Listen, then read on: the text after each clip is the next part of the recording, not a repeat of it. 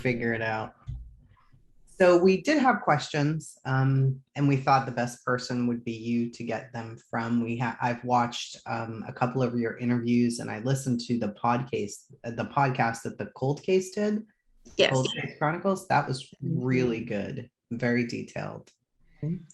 But there were some things that we were really unsure about, like why you weren't contacted as the main contact if he had been emancipated from your dad. Yeah, I know. It's been really strange from the beginning since Joseph's body was found. Basically, I was dealing with IU Police Department at first. And so they were the main people who I was speaking with, and they were reaching out on a daily basis. They would keep me updated when they found out new information. And then once Joseph's body was found and the jurisdictions changed, then they just Bloomington Police Department just shut me out of the case. And so they actually had to reach out to me. We were waiting for the coroner's report to come back. And they ended up reaching out to me to find out what my father's number was.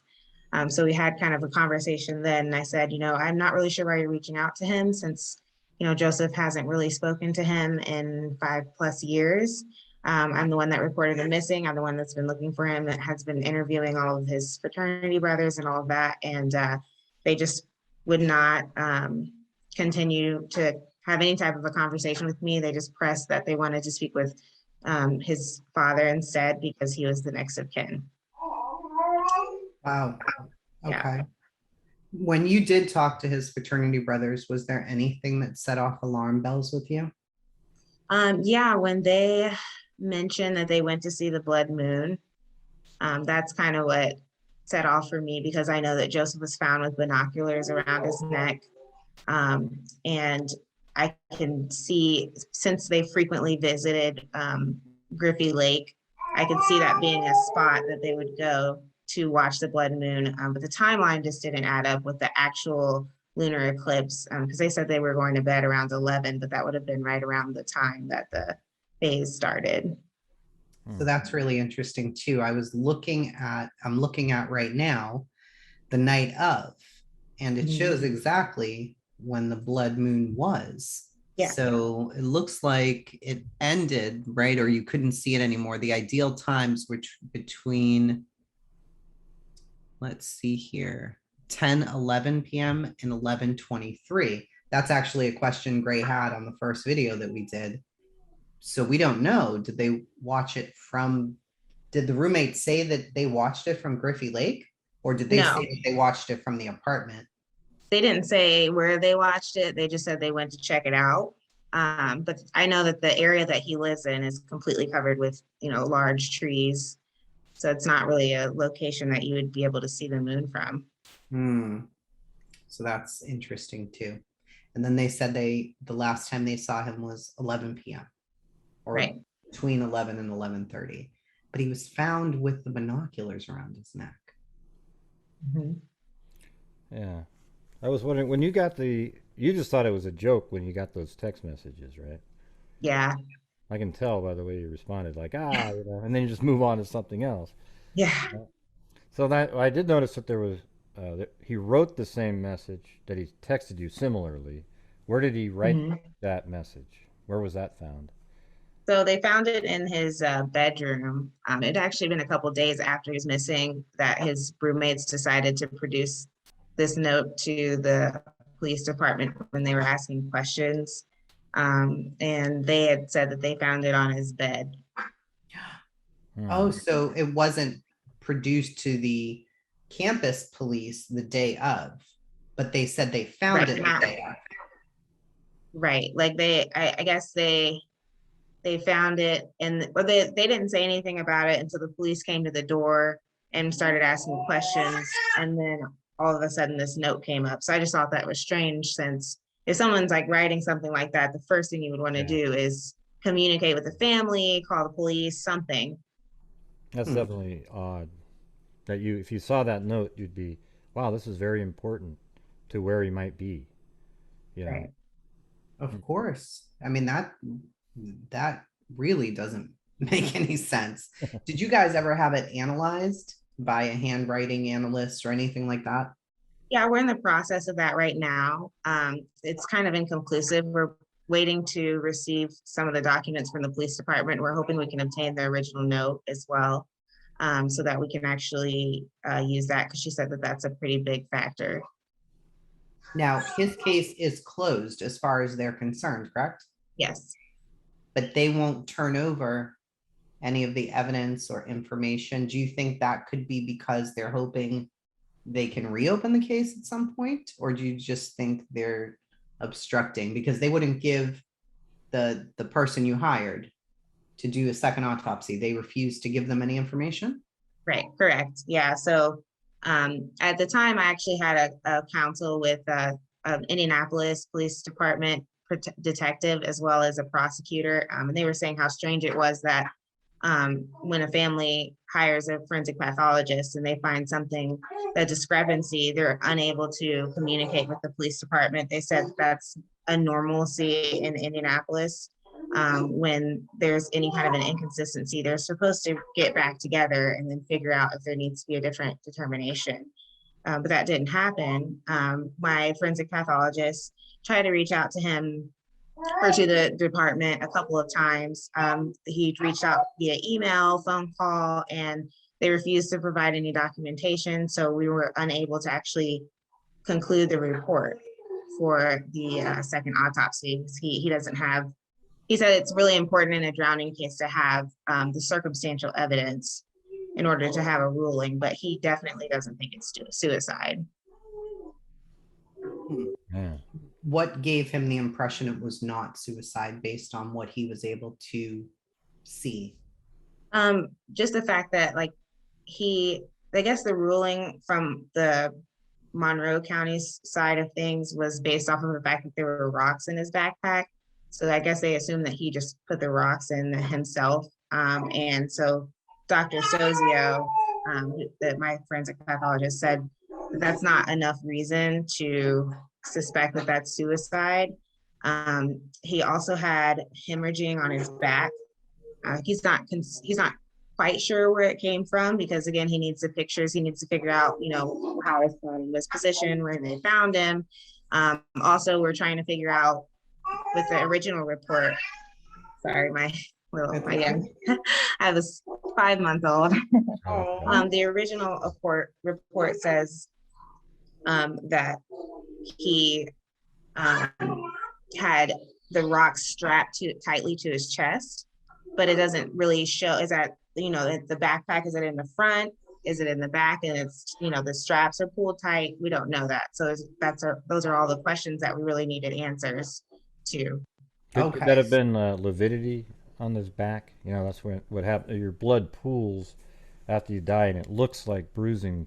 But he's an expert, so you'd think he would know the difference. So maybe. Yeah, he said that this is something that was found when he actually opened his back. He said that the first person who did the autopsy, they did not actually open his back, which he found very strange. They only went through the front of his body. And also his clothes were not taken into evidence. They were just thrown in the body bag. Did he have his clothes on? Yeah. Yeah. Did he? No, his clothes were off, but they were just stuffed in the bag with his body. When he was found, though, were his clothes on? Oh, yes. Mm-hmm. Yeah.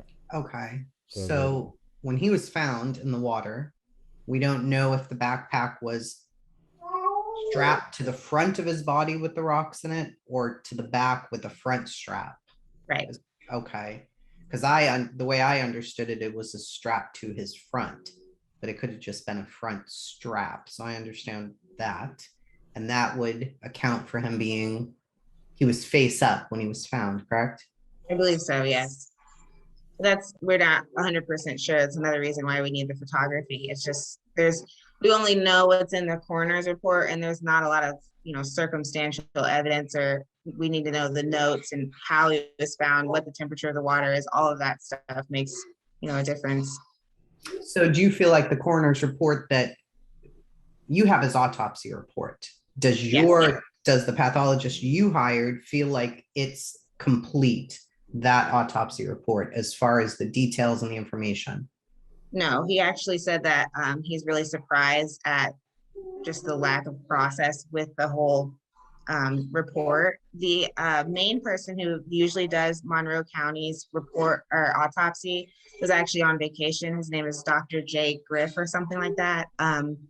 And so Nicole Meyer actually stepped in for him, and she's not like a certified person to be doing that anyway. So he could definitely tell where things were missed. The fact that his back wasn't open was really shocking to him, as I mentioned before. And he actually knows Dr. Griff. So that's kind of how he was saying that, it's really strange that things were missed, because he knows him well and knows kind of how he does things. See, I thought I had read somewhere that she wasn't completely certified. And I said that to Gray, but we had been working on a different case where the one that he actually was able to get the determination changed, there was some issues with the person who did it as well. So Oh yeah, that was mind-boggling. That one. yeah, it is mind-boggling. In a case like this too, where the information, this strange text message, then had to leave country. Don't contact me via cell. It won't work. We'll contact you once set up overseas, Smedley 928. How long after the? Well, I was just wondering how long after that he passed away that you were able to do your the second autopsy.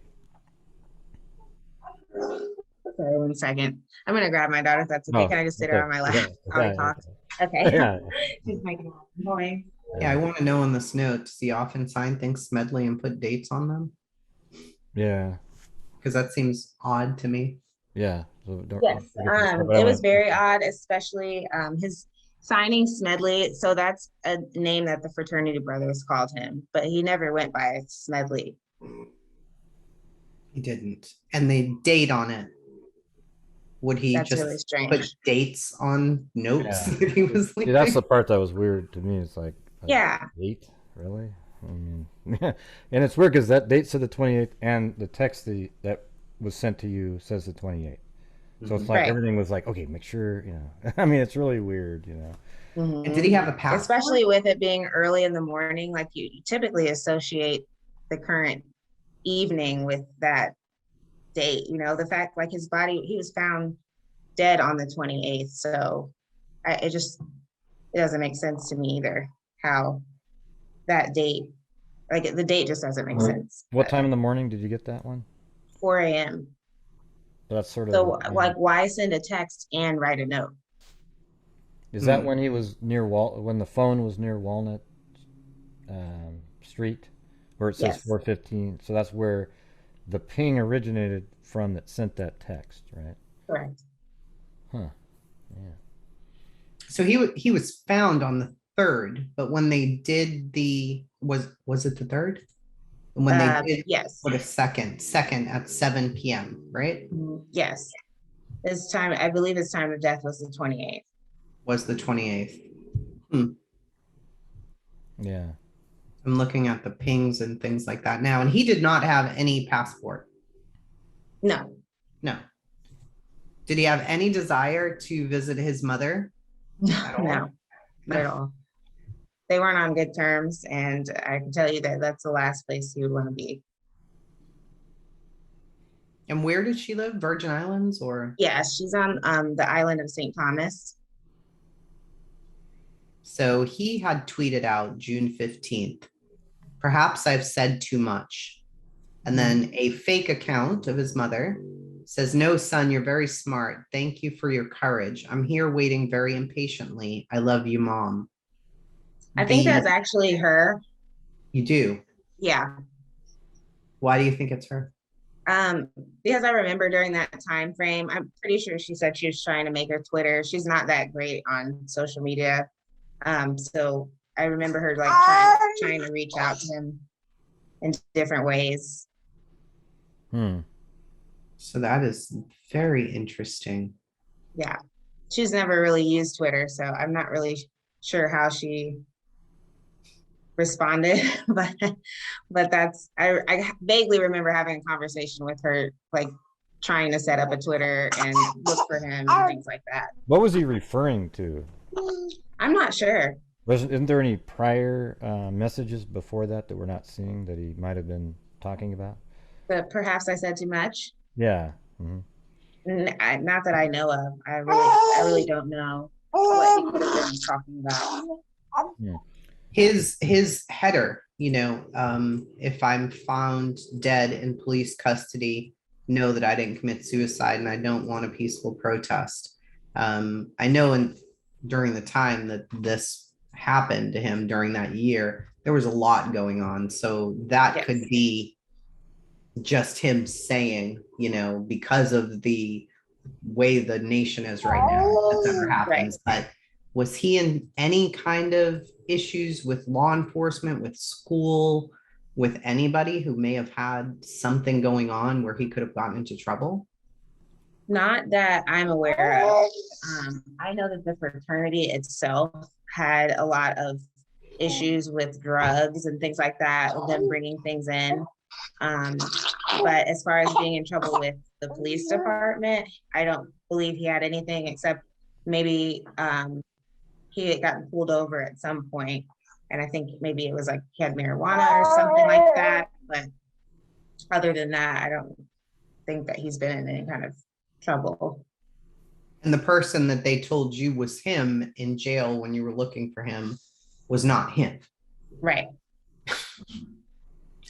So did you ever find out that person's name? Was it even close to Jonathan? Smedley? It was Jonathan Smedley. That's what they told me it was. But it's strange because there's not really that many people with the last name. So yeah. And I think we skipped Gray's question. I'm sorry. When did your pathologist get to do the autopsy? So we had to wait about 2.5 months before we could do anything. So I had him on refrigeration that whole time waiting because he didn't want to perform the autopsy until we received the report. And so it took a while to get back. Okay, because I was wondering if you had to do a exhumation, but that sounds like a much better, more accurate way to have done it. So it was very smart of you to keep him that way. Yeah. What do you feel like? Okay, let me. Do you know where the? I'm just going to ask this one thing. Do you know where which Noodles and Company it was? There's two. I do not. You don't? Okay. Do we know if he was with his roommates there that day? I believe he was. Yes, I believe it was. I know for sure it was his fraternity brothers, but I'm not sure if it was Jake and Ben there or not. Had he ever talked to you about any issues at the fraternity? Just when he was pledging, he was just very tired all the time, and he was always asking for money because he had to do a lot of stuff for the brothers that were already in there, like pay for their meals, pay for their Ubers, be the designated driver, all that stuff. So I could just tell that he was really worn out. And his grades started to slip, right? Yes. Anything drastic? Was he worried? Because everything I read said how intelligent he was and he seemed really goal oriented. So did that worry him? The next semester, he was able to start bringing things up. So I know at least in the fall, it sounded like his grades were fine. But yeah, that's when you have the fraternity constantly running you almost 24/7, it's very hard to be focused on a rigorous track like biochemistry. I would say. It feels like to me from what I've read, did they distance themselves from him and try to say that he really wasn't in the fraternity, he wasn't paying his dues, he wasn't attending school? Yep. Actually, at the time we were able to hack into the fraternity's GroupMe, so we were watching live as they were having these conversations, saying, well, he didn't pay his dues, so he's not actually a brother. Living with fraternity brothers, that's all he hangs out with. He clearly, was pledged everything last year, and there were other brothers that hadn't paid their dues yet. So just things like that to try to put distance in between them, like you So said. he was a member now then? So he was an actual Yeah, yeah. So fraternity he brother. pledged the year before that second semester, and then he was actually a part of the fraternity. He was just living on off-campus housing with his brothers. See, and that's what, you know what, it's weird because like I was saying on that show we did, when I was in a fraternity, they were really hard on people who didn't live in the fraternity because that, Mhm. you're paying your dues there and everything like that. And everything's about the fraternity, not the individual. Yeah, So if something happens, they all rally around protecting the organization instead of giving a damn about a person. So I wonder if that's something that's going on here. yeah, and I agree. I think that he was really pressured to move in with his brothers. That's why he broke his lease, the apartments that he was staying at. And he just couldn't afford to be in the house. Hmm. But he was going to try to do it, I guess, right? Because he broke that lease. Um, Was he going No, to he move broke in? his first lease, the one yeah. that she wanted him to go pay for, and they had a conversation earlier in that day, which Mhm. leads me even further to believe that something happened because the check was found on his desk. Yeah. Right. And she's calling him like, hey, you gotta make sure you pay that. And he's like, yeah, yeah, I'm gonna pay it. And then that night, he's writing her these weird texts at 4 in the morning that he's leaving the country with no passport. Right. But he was going to leave that place that he lived to go where? Where was he going to live? Because I thought he was moving. So he left the apartments the summer before the fall semester of 2015 to go and live with his fraternity brothers at an off-campus house. So there was Oh, two brothers, Ben and Jake, who were his roommates. They were part of the fraternity, but they lived together outside of the house. yeah. I Was it see. more expensive to live in the fraternity house than it was to Yes. live off? I Mhm. see. Okay, so maybe that's the reason why. Did he have a job that he worked at? Yeah, he did like painting jobs. And then he also worked for a moving company called Guys and Dollies. Guys and dollies, yeah. I remember hearing about that. Yeah, and the fraternities are more expensive because you have to pay for the food and the lodging. And, there's all these little extra, like the party fund. I mean, there's all these different things that you have to, that's part of your monthly check. Yeah. Mm, that Uh, is a lot. And you haven't received back any of his things. Have they given you any reason why you cannot have the items that belong to him? No, it's quite frustrating actually. I had went up there the first time. They said it had to be someone who's the next of kin.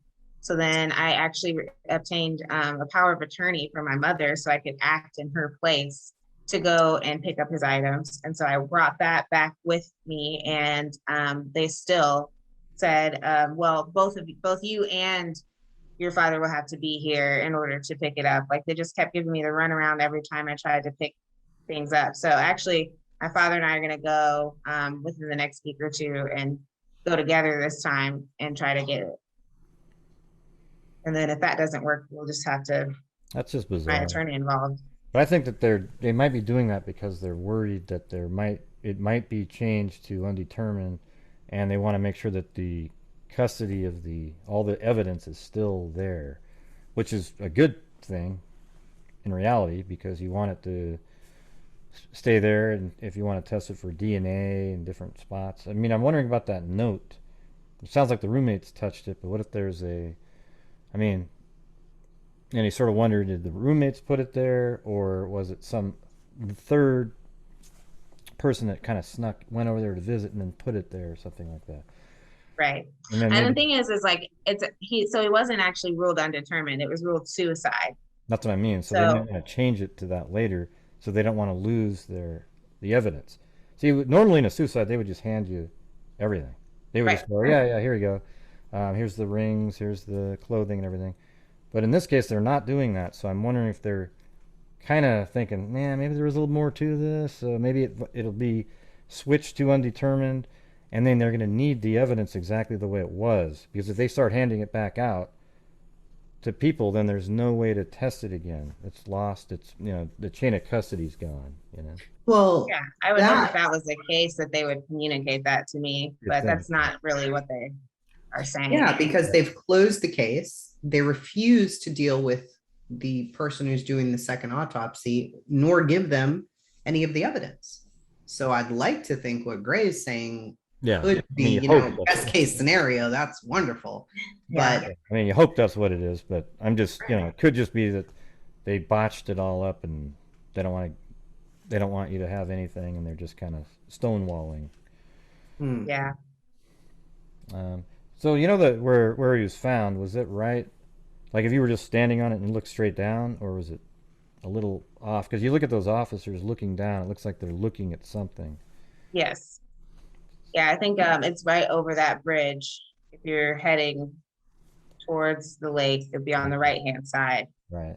Yeah. I was actually in Bloomington when they found him, but I wasn't even able to get down to the lake to see what was going on. I didn't even know if it was him at the time, but I waited around, and then the police department actually contacted me to come to the precinct, and that's when they told me. what did they tell you exactly when they found him? So they said that they had found him at Griffy Lake.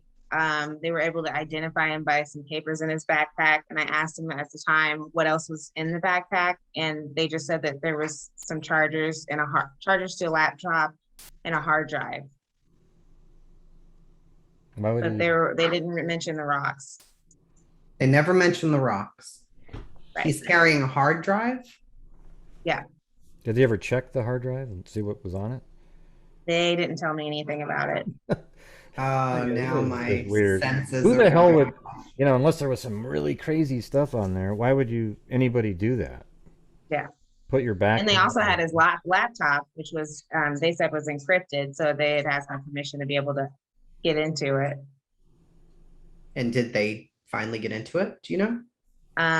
I'm not sure. At that time, they were working with the IE police department, and it sounded like they had to almost break it to get into it, but I don't think they didn't find anything. At least they didn't tell me if they found something.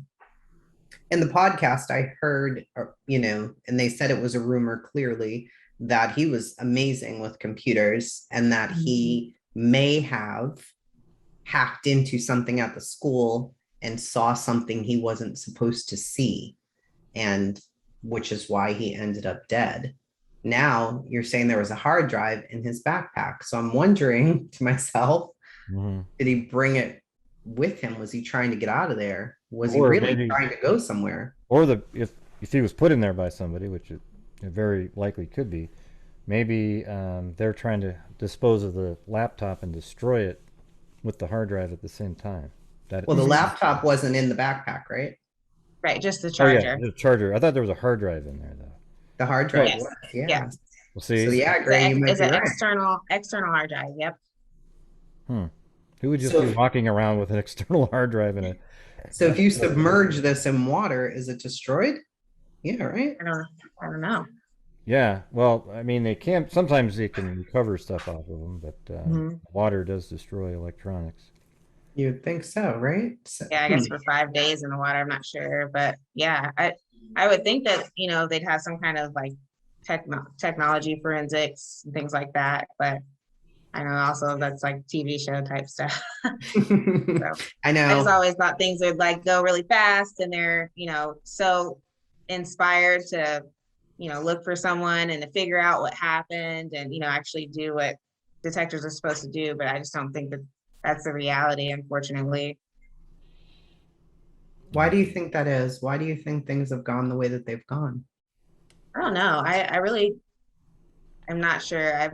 But one of my friends is a IMPD detective who helped me early on in the case, and she thinks it's because they are incompetent and just don't have the resources or the time to put into actually investigating. They're just used to a lot of the things that happen on campus, like, you know, disorderly conduct and drunk kids and, you know, parties and stuff like that. They're not really equipped to handle a real investigation. And I mean, that's kind of what she thinks is the real reason. And they don't want to give up that, they don't want to give up that either, to show that they're not willing, or they're unable to do things themselves.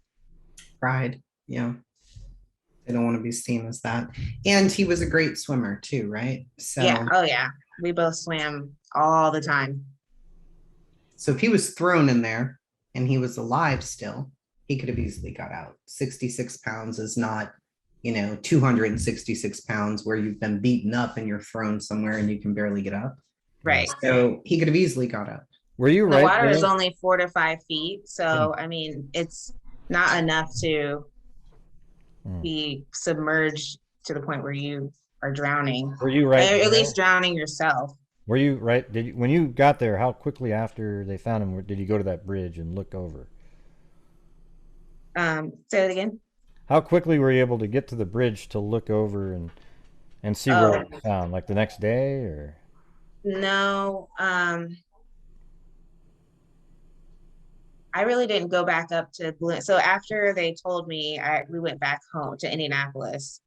So I wasn't able to get back up there to see that area for, I think, until they had the vigil, which I think might have been a couple days to a week after. Yeah, I was just trying to see if you, because it looks like it's pretty low based on the shot. Yeah. Of officers, the water's really low. It is, yeah. Maybe it was like 4 feet or so, but people don't just let themselves drown. You would put 60 pounds of weight, 66 pounds on you, and then lock it on, jump off a 30-foot deep water, and you can't get out. Right. He was in a place where you could just stand up and, start breathing again. Right. And that's what's so frustrating too. Like, you can tell that, I mean, if you even just logically think about it being possible, which, Cold Case Chronicles and I actually went down there and tried to see if it was possible to, go from his house without a car. He didn't pay for an Uber because we went through his transactions. So he would have to walk an hour to Griffy Lake. The lake itself is about a mile down this road that's in the woods with no lighting. And then we couldn't even find enough rocks to have 66 pounds once we got there. But I mean, as smart as Joseph was, and the fact that he was in pharmaceuticals, you'd think he'd have another way of wanting to commit suicide than something that complex. And you suffer when you're that way too. Like you're underwater and you're struggling. You're like, oh wait, maybe, and then you can't get out and you struggle. And so the thing is that'd be a weird way to choose. It's like that's why it's so rare. Right.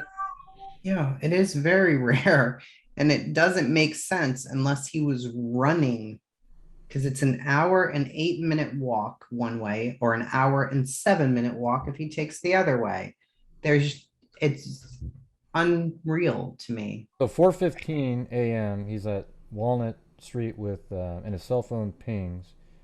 That's when he sent the text message to you, right? Yes. Then that's what you guys are referring to. Then 30 minutes later, it's at the lake, and they're assuming that's when he got to the bridge, right? Right. Okay, so then just 30 minutes later, and what about a vehicle? He didn't have a vehicle or anything? No, I actually gave him my car and he wasn't making oil changes on it. So he went like a year without an oil change and it locked up on him, and he hasn't had one since then. Yeah, that'll happen. Cars need oil. It's like yes, like their air. Yeah, that's why that bothered me. 4:15 to 4:45, Gray. It's an hour and 7-minute walk. So I asked her in the messages, hey, is he like a jogger or a runner? Was he like into that? And she said, no. So how did he get there in 30 minutes? Yeah, and were the rocks from the actual location itself? Right. Like, I'd like to see the rocks. Were they actual rocks or were they something else? But what if they were bricks, but they called them rocks? I mean, who knows? I mean, I guess those are all things that you'd want to see. There's obviously photos of the rocks. There's photos of everything. They probably took, hundreds of photographs, I would imagine. How can we help you get that stuff released? what path are you guys going down, and how can our channel and our subscribers, how can we help push this further? What can we do? Um, so I mean, honestly, you guys are doing awesome already, just getting his story out there, and having more people get involved, sharing and asking questions and things like that. I've finally been able to find an attorney that is going to work on the case as of yesterday. So I'm really excited about that. It's been a long time.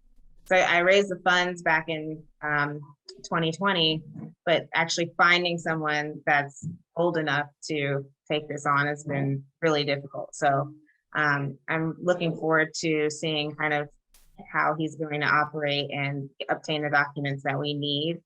And hopefully just having that presence on social media and everywhere will continue to put pressure on the Bloomington Police Department, and hopefully they'll see that like this is not going away. We're still asking questions, and this can't be covered up. Okay, so that's good to know. I was reading that you kept thinking you were getting an attorney, and then they're like, no, we're backing out. And that to me was frustrating. I'm thinking, oh, she must have been relieved just to be let down again. Why were That they they don't want backing to take it out? off. What do you think? What would they tell you for the reason they're backing out? So the first attorney that I had, his name was Jerry Mayer. He works in Bloomington, and I actually had been introduced to him from like a friend of a friend of a friend.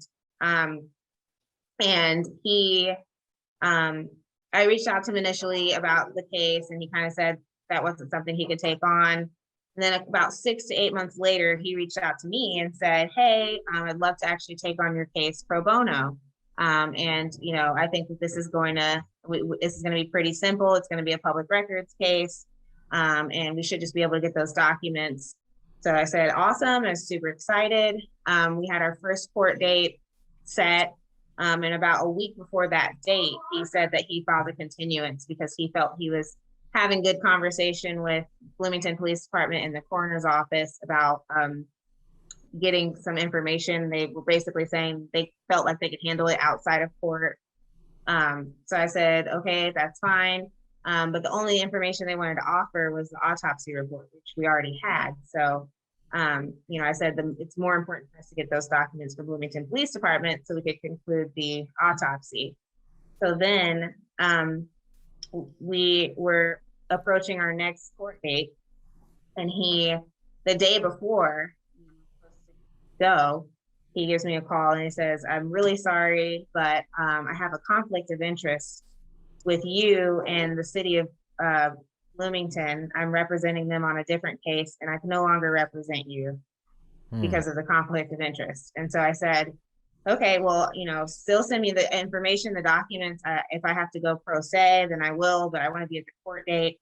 He never did. I tried to reach out to him multiple times. He had sent me to like a different attorney at one point, and I couldn't even contact them. They had like his paralegal or someone who said it was $100 an hour to just talk to her, even though he referred me. So it was just crazy, trying to send me on a wild goose chase. And then I couldn't get through to him. I sent him emails, I called, left voicemails, spoke with his receptionist multiple times. Well, that's disturbing. The thing is, it's disturbing to me because it almost seems like they were like, hey, what if we give you this case we need you to represent us on? Let me ask you this. Why didn't he say to them, hey, that's a conflict of interest? I don't know. I think about that all the time, and maybe it's because I was the free one. I was the pro bono. Yeah, but that's just totally unethical right there, because you were already a client, whether it was pro bono or not, and then he just backed out of yours to take that case, which is ironic because it happens to be, that's who you're against, right? Right. What are the odds of that again? I mean, that's just crazy, It is crazy. It really feels like there's so many things in this story. They don't tell her about the rocks. They don't say a word about that to her. They don't want to release anything for the second autopsy whatsoever. She finally gets an attorney who will do it, and they delay things saying, oh no, we're having a great conversation. This is great. And first, he wouldn't take her case. And then he calls her back and says, "Oh, I'm going to do it for you for free on top of that."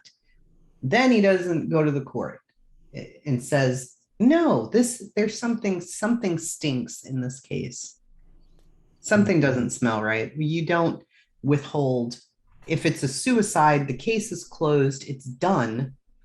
They tell her to get a next of kin paperwork. She's able to accomplish that. Then they tell her, "Nope, that's not enough. Now you need to bring somebody with you if you'd like these items," even though the case is completely closed. It's not an open investigation. Yeah. Something is very wrong. Something is very wrong with this whole story. Yeah. That's why I want to know, like, what can we do to help? Like, how many times do we need to be tweeting to these people? Because this is unacceptable. Oh, you need to. I think that I mean, I know you're going to answer the question, but it seems like if you could make a video with all the points and then you send it to various people that matter, then they see that and go, "Wow, that's crazy." Then things start happening. If it's just kind of piecemeal there, over here, you got to listen to that, you got to listen to that, you got to listen to that, then it doesn't really happen. But if you can just nail something, just tight 6 minutes of just like, "Wow, okay, yeah, something's not right here," Yeah. and then you just start sending that to everybody, then because a lot of people don't have time to listen to a 6-part podcast. You know what I mean? Even though they're really I do. Yeah, right. Well, when you're sitting around, but I mean, I cover so many cases that it's hard for me to even do that these days. But Yeah, I had to give him a summary, and then he does a 3-hour missing cases, cold cases. He is on this all the time, so he's right. There's a new one out too now that we just released the first episode. It's really good too if you guys have time. They're shorter, I think. Yeah. So the first one's like 30 minutes. But I posted it on Justice for Joseph. You can either go to the Instagram, it's on the bio, or his Facebook. It has Apple Podcasts, Spotify, and then the actual website has it up as well. Oh, I'll definitely be listening to that. Oh, cool. It's a new one then, huh? Yes, yep. Good. So with the whole Gabby Petito, this is how I found out about Joseph. Really? Because that case was able to bring attention in some way to all these other cases. So people were smart. They took the hashtag, Joseph's name, they took that hashtag and they attached it. And I said, what I want to know are all these other cases that aren't really getting attention. And Joseph's name was one of them. And I was able to find your page and start reading, and then the podcasts and all of that. So I think he has a really important story that needs to be told. Yeah. And you've gone through years of this now, and that's got to be disheartening to have to sit here and just say, "I just want to know what happened." Yeah, the thing is, you just want answers. Like if he did do this to himself, you'd still want the answers and have them working with you to show you exactly why they believe something. And exactly. Then you might say, "Oh wow," but because they're not doing that, it's created so many issues and negative. I mean, it's just, I totally get where you're coming from. I mean, it was very interesting just when she sent me over the documents that you'd sent her. Yeah, I mean, it was just really compelling, these notes and things that, why would he put Smedley if he doesn't call himself that? That's a big deal. Yeah. And it is a big deal. Yeah. His autopsy, what you've read, I know you didn't want to share the actual document with strangers. You don't know us. Did they mention that his lungs were filled with water? Anything like that? Was there water in his lungs? So I looked through it again to see if there was something in there that mentioned that. They did talk about his lungs, but they didn't say anything about it being filled with water. So I'm not sure. I don't know if maybe they couldn't account for that because he was in the water for 5 days. I'm not sure why that's not in there, but. Gray, you know enough about this kind of stuff. Now that would definitely be, there would be water in the lungs. That's how they'd be able to determine it. If he was, he drowned. Yeah. Mm-hmm. So. That is very difficult for me to understand. Yeah. And anything, what's on there that's of note to you that you look at, or is it just pretty generic? There's like nothing on the autopsy. Oh, I thought she was like. It's honestly really generic. It's not much. I was like waiting to see what I've been reading over it all the time and trying to figure out what it is that is determining suicide. And it actually doesn't even say suicide on the report. It just says drowning, but then it doesn't actually even give an explanation to what led them to believe it was drowning. So Have you ever been able to talk to it's the really just actual coroner themselves? Have you been able to talk to that person?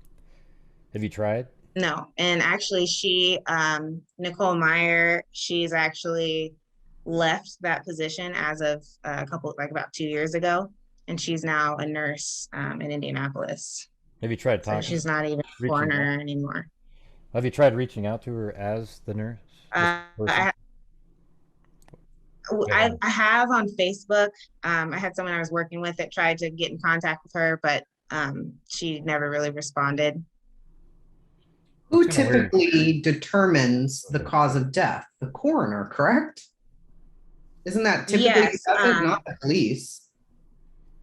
right. And I believe the police and the coroner had came together and determined the death, even though now the police department is putting out some kind of a statement saying, you know, well, it's all on them. We didn't say that it was a suicide. Like they're kind of trying to put it back on the coroner now that she's no longer there.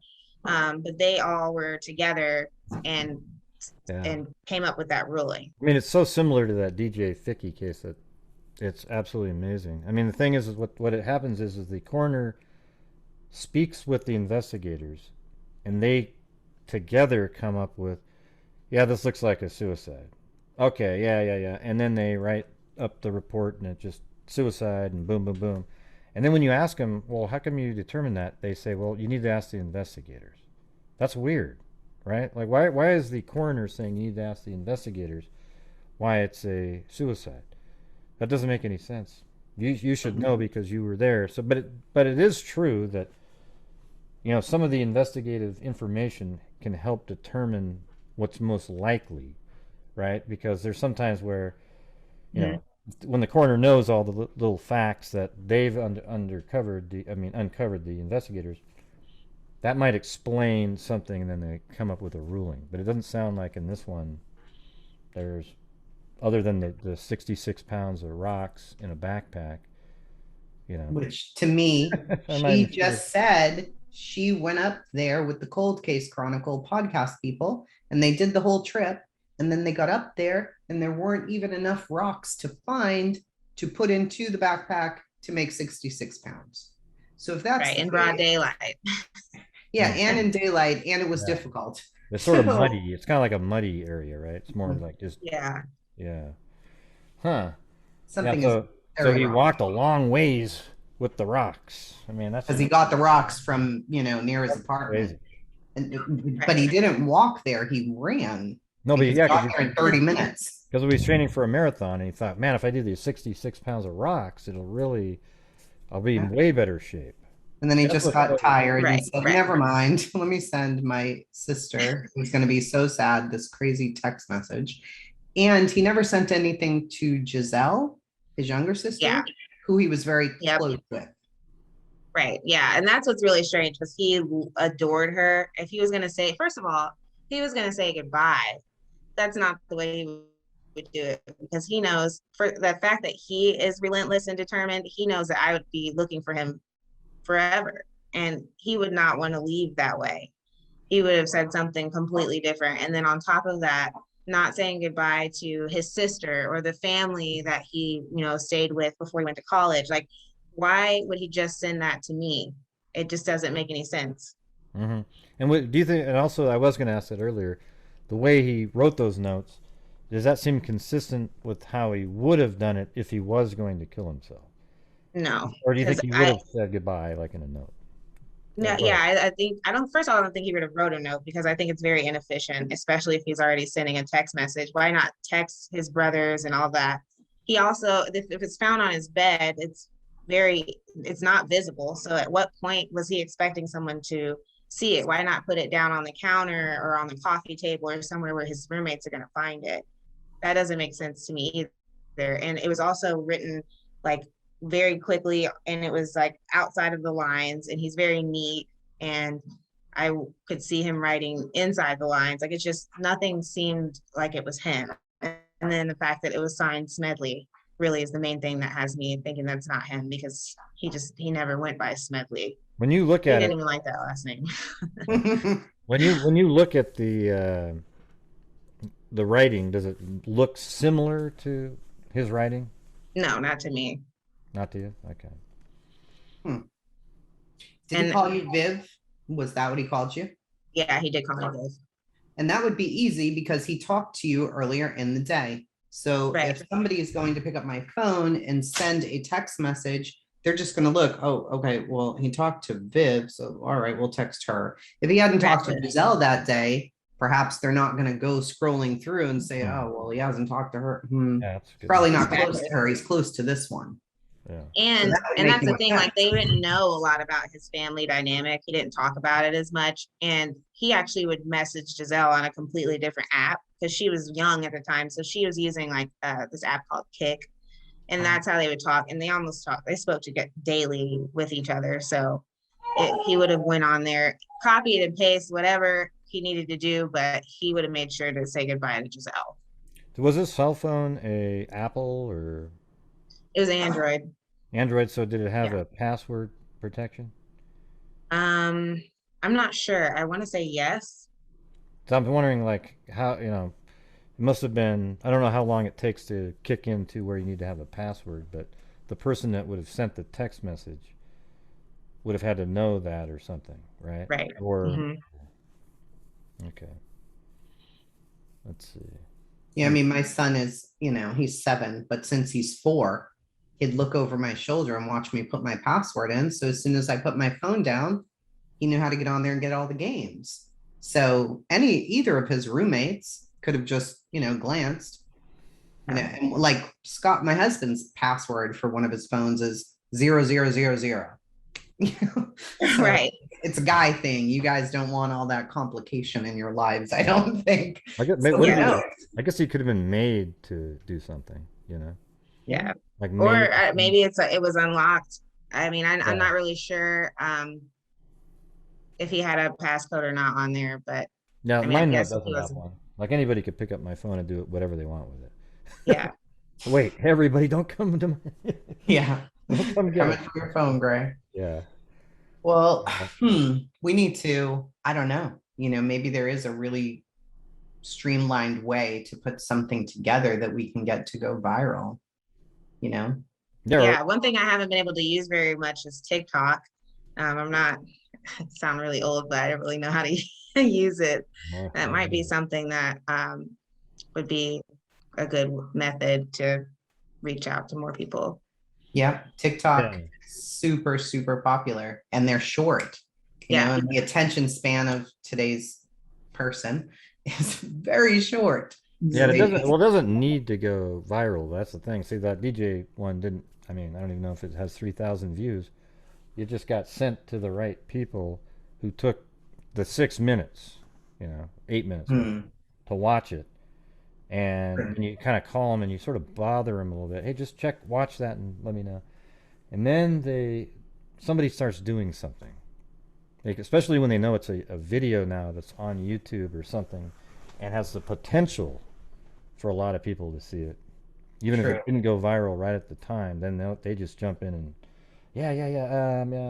they're running around trying to. But there has been the podcast, but I think it's when you have a video, they're way more visual. They're right there in front of people's faces. The podcast, you kind of have to go out and listen to it, and they take it. And I think they're more nervous about like videos that are just really hard-hitting, quick things that people can see. I don't know. Yeah, I agree. I think.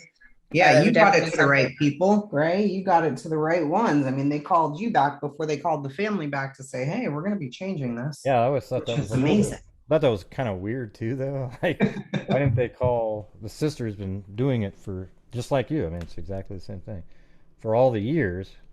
But I had got a hold of the detective, and I sent him that, and I had also got a hold of both the coroners. The first one, the first one was insane. Okay, the second one, that person was like, yeah, that is interesting. Let me take a look.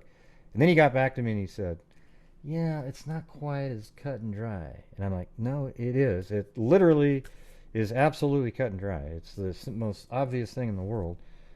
He, even the guy that had the gun in the hand said that the wife came in and grabbed his arm and it fired and hit this guy. So even in the worst, the most simplest equation, it's not suicide over there. It's obvious. So then I sent, him the video, and he still came back with that. And then I got a hold of the main detective, sent it to him. Then I talked to him on the phone, and he watched it. And then like a month later, he calls me up, and that's when he said. And they were able to change it, which is And amazing. Wow. undetermined. So I was like, wow, that's crazy. That's awesome. And then he said, well, just don't tell anybody. And I was like, no, I mean, I didn't say that, but I'm gonna be calling the sister right now. Okay. Absolutely. I mean, I think in Joseph's case that, something, Gray's word, nefarious happened here. I don't think that Joseph harmed himself. I don't know him, but everything I've read and listening to you and looking at the things I've looked at, it just sounds to me as though something happened to him and is being covered. And it's really not fair to leave you guys like this. It really isn't.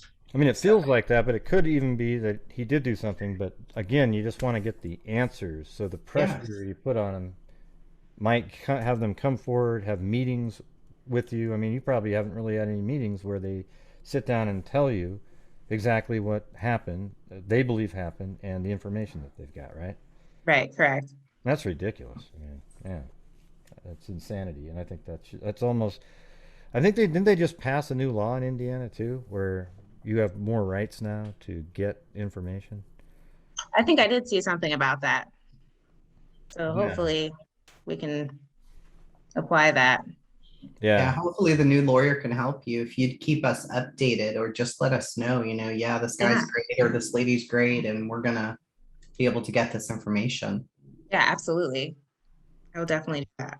Well, I guess we'll put our heads together and maybe we can get a hold of you and try to figure out what to put together for a video, though. Yeah, that would be great. Yeah, be cool. Is there anything else you want to say that maybe we forgot to bring up?